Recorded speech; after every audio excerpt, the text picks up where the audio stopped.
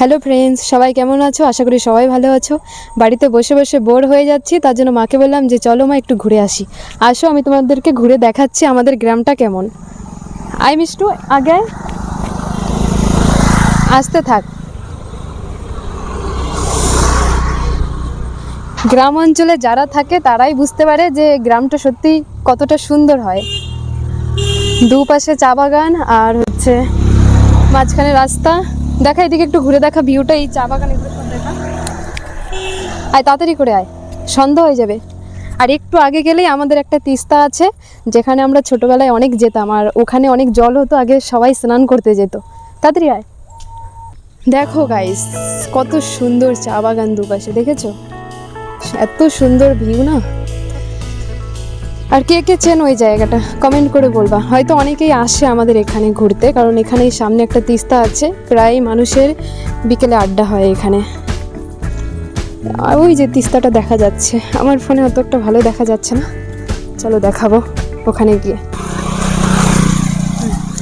সব সময় নাচের ভিডিও বানাই আর ভালো লাগে না, তো ভাবলাম মাঝে মধ্যে একটু ঘোরাফেরা করি আর সেই ভিডিওগুলোই তোমাদের সাথে শেয়ার করি। আর বাড়িতে বসে বসে অনেক বোর হয়ে যাচ্ছিলাম, তো মাকে বললাম যে চলো তিস্তায় ঘুরে আসি আজকে। তো তার জন্য তোমাদের সাথে এই ভিডিওটাও শেয়ার করছি। আয় তাড়াতাড়ি আয়।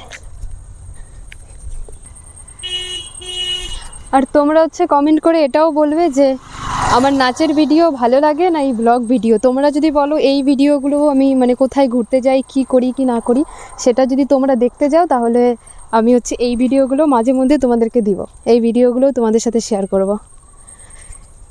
আর একটু সময়, আর 2 মিনিট লাগবে পৌঁছাতে। তাড়াতাড়ি আয় মিষ্টু, তাড়াতাড়ি আয়। আসলে আমি এই ভিডিওগুলো বানাই না, আমার প্রথম থেকে শুরু থেকেই আমার নাচের ভিডিও। আর যারা হচ্ছে ছোট ছোট কন্টেন্ট ক্রিয়েটার, তারা জানে যে ভিডিও বানাতে কতটা কষ্ট হয়। মিষ্টু দৌড় মার, দৌড় মার। ওখানে মানে অনেক লোকও আছে, তাড়াতাড়ি মিষ্টু। ভিডিওতে যদি কপিরাইট চলে আসে, যারা ভিডিও বানায় তারাই বুঝতে পারে যে ভিডিওতে কপিরাইট আসলে কতটা কষ্ট হয়। আমার নাচের ভিডিও ম্যাক্সিমাম ভিডিওতেই কপিরাইট চলে এসেছে, ওর জন্য ভাবলাম যে ব্লগ ভিডিও তোমাদের সাথে শেয়ার করব। আর একটু সময়, আর একটু হলেই পৌঁছে যাব। দেখো, দেখেছো কি সুন্দর জায়গাটা? এই যে আমাদের তিস্তাতে চলে এসছে। একটা কন্টেন্ট ক্রিয়েটারই বোঝে যে ভিডিওতে যদি কপিরাইট চলে আসে তাহলে কতটা কষ্ট হয়।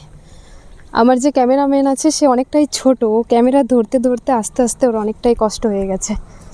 দেখো, এটা হচ্ছে সাপনিকলা ফরেস্ট। এটা হচ্ছে আমাদের সাপনিকলা ফরেস্ট, আর এটা হচ্ছে ফারেক্কা। এটা আমরা এসেছি ফারেক্কা। যারা যারা আমাদের ফারেক্কা দেখোনি তারা তারা দেখে নাও। এই যে আমার ছোট্ট ক্যামেরাম্যান, দেখো আমাদের ফারেক্কা।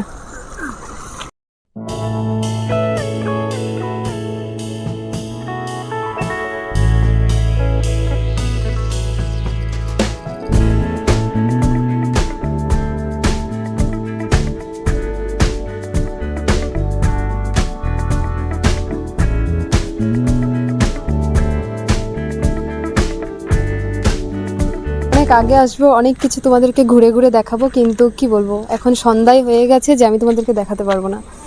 তাও যেইটুকু দেখিয়েছি পুরো ভিডিওটা লাস্ট পর্যন্ত দেখো, তাহলে ভালো লাগবে।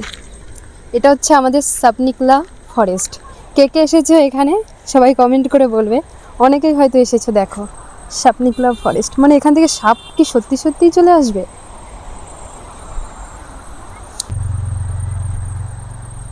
আমি ঘুরতে খুব কম বেরোই বাড়ি থেকে।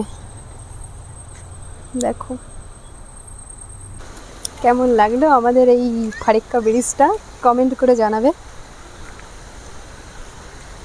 দেখো, এখানে আগে প্রচণ্ড পরিমাণে জল হতো, এখন তো জল অনেক দিন পর এসেছি, দেখছি জল একদমই নেই। আমি এখানে আছি, অনেকক্ষণ ধরে দাঁড়িয়ে আছি। মাকে বলছি কি, মা যদি এই জলের মধ্যে আমার ফোনটা পড়ে যায় তাহলে কি হবে? মা হাসছে। মা বলছি কি, দিয়ে আমিই ফেলে দিই ফোনটা। এদিকে একটা সামনে গর্ত আছে, অনেক বড় গর্ত, ওখানে পড়ে গেলে আমার মনে হয় না কেউ উঠতে পারবে, আর আমি তো পারবোই না কারণ আমি সাঁতার জানি না। চলো দেখি যাই।